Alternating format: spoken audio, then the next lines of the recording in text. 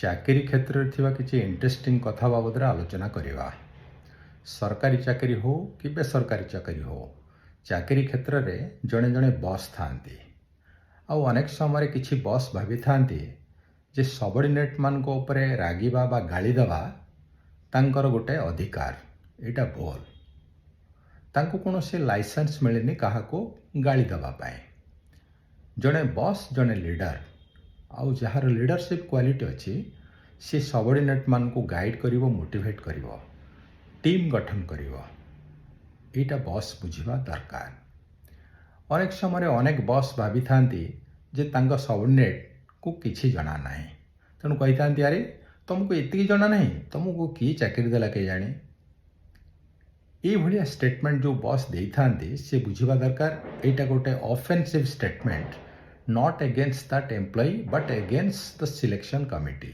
ତାମାନେ ସିଲେକ୍ସନ୍ କମିଟିର ଯିଏ ମେମ୍ବର ବା ଚେୟାରମ୍ୟାନ୍ ତାଙ୍କର ମେରିଟ୍ କି ଇଏ କ୍ୱେଶ୍ଚିନ୍ କଲେ। Before କମେଣ୍ଟିଂ one must understand this. ତୃତୀୟ କଥା, ଅନେକ ଏମ୍ପ୍ଲୟି ଭାବିଥାନ୍ତି ଅଫିସରେ ବସ୍ ନାହାନ୍ତି, ସାର୍ ନାହାନ୍ତି, ଆଉ କାମ କ'ଣ କରିବା, ଚାଲ ଗପିବା, ବୁଲିବା। This is also bad. ସବୁ ଏମ୍ପ୍ଲୟି ବୁଝିବା ଦରକାର ସେ କାମ କରୁନାହାନ୍ତି କୌଣସି ବସ୍ ପାଇଁ। ଆଜି ବସ୍ ଅଛନ୍ତି, କାଲି ପଳେଇଯିବେ। ସେ କାମ କରୁଛନ୍ତି ଅର୍ଗାନାଇଜେସନ୍ ପାଇଁ ଏବଂ ତାଙ୍କର ଦରମା ପାଇଁ। ଏତିକି ସେମାନେ ମନେ ରଖିବା ଉଚିତ। ଚତୁର୍ଥ କଥାଟି ଆହୁରି ଇଣ୍ଟରେଷ୍ଟିଂ। ଦେଖିବେ ଅନେକ ସମୟରେ ବେସ୍ ଲେଭେଲ୍ ବା ଏଣ୍ଟ୍ରି ଲେଭେଲ୍ ପୋଷ୍ଟ ରିକ୍ରୁଟମେଣ୍ଟ ପାଇଁ ବାହାରିଥାଏ ଯେ ଏତେ ବର୍ଷର ଅନୁଭୂତି ଦରକାର, ଏକ୍ସପିରିଏନ୍ସ ଦରକାର। ଆରେ ସେ ତ ଏଣ୍ଟ୍ରି ଲେଭେଲ୍ରେ ଯିବ, ଏକ୍ସପିରିଏନ୍ସ କେଉଁଠୁ ପାଇବ?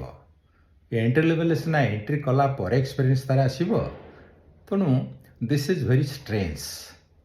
ଏସବୁ ଆମେ ଦେଖିଥାଏ, ହଁ ନା ନାହିଁ? ଠିକ୍।